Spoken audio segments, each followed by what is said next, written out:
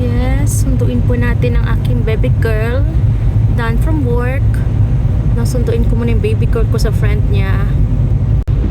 Sunduin ko lang si baby girl. Ay, hindi pala. Kukunin lang daw yung bag niya. Maglalakad siya pa uwi. Hindi naman malayo. Or, kaya niya yung mga 10 minutes. Pero sa kanya kasi, ano pa yun? Petiks-petiks pa maglakad yun. Mga 20 minutes niya pang lakarin. Masyadong prinsesa yun. Yun lang. Tapos nasa work. Kunin natin yung bag ni Bringot kasi galing siya ng school.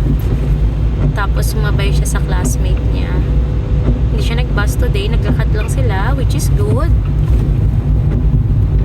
They need to exercise, walk around in nature.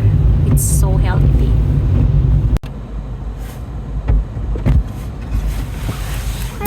Ay, say hi to my video.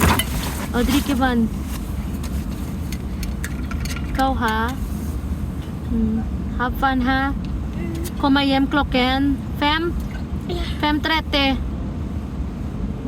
Love you. Uwi na tayo.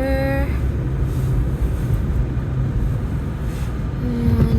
Mapagalitan pa tayo nito. Pag nabangga ko yung mga ano niya, maliit lang naman yung sasakyan ko. And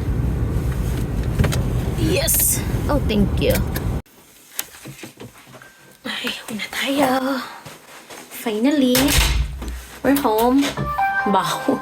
Ano ba yan? Amoy ng bahay namin. Amoy chicken curry. Ang kalat pa. Ulam namin kahapon, chicken curry. Chicken curry. Iwan po yung amoy. This is the annoying thing. Pag nakatira ka sa malamig na lugar. Nasa labas pa yung pusa. Pinalabas namin kaganina umaga. Hindi pala pinapasok ng anak kong buang. Talaga naman. Kawawa naman yung pusa. Iyak siya. Ang dami niya sinasabi.